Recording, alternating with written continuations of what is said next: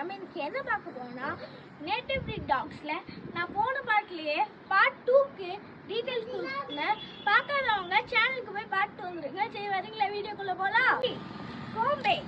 கோம்பே வந்து நேச்சுரலாவே அக்ரெசிவான டாக். அது மட்டும் இல்லாம ஸ்டேஜஸை பார்த்தா அது ரொம்ப அக்ரெசிவாகவும் ஓனரை பார்த்தா ரொம்ப லாயலிட்டியாகவும் நடக்கும். நெக்ஸ்ட் அது எவ்வளோ ஹைட்டா வளரலையோ அதை விட அதோட அக்ரெசிவ்னஸ் வந்து ரொம்ப அதிகம்.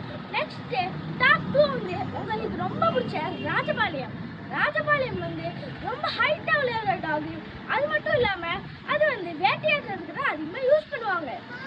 அது மட்டும் இல்லாம அதோட நோஸ் வந்து பியூர் பிங்காகவும் அதோட ஃபுட்ஸ் வந்து அதுவும் பியூர் பிங்காகவும் இருக்கும்.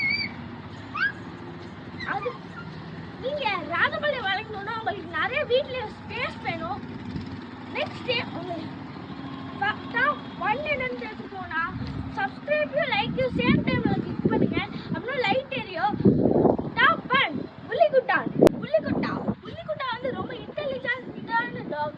அது மட்டும் இல்லாம ரொம்ப ஃப்ரெண்ட்லியான டாக்.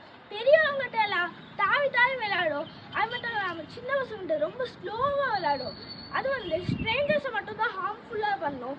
அது மட்டும் இல்லாமல் நீங்கள் கூகுளில் பார்த்தப்ப அது வந்து சின்ன பசங்களை கடிச்சிடும், பெரியவங்களை கடிச்சு ரேபிஸ் வந்துடும் அப்படின்னு போட்டிருப்பாங்க. ஆனால் அது இல்லை, ரேபிஸ் வரலாம்.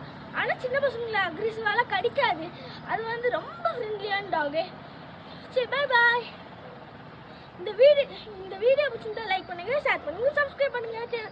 பாய்.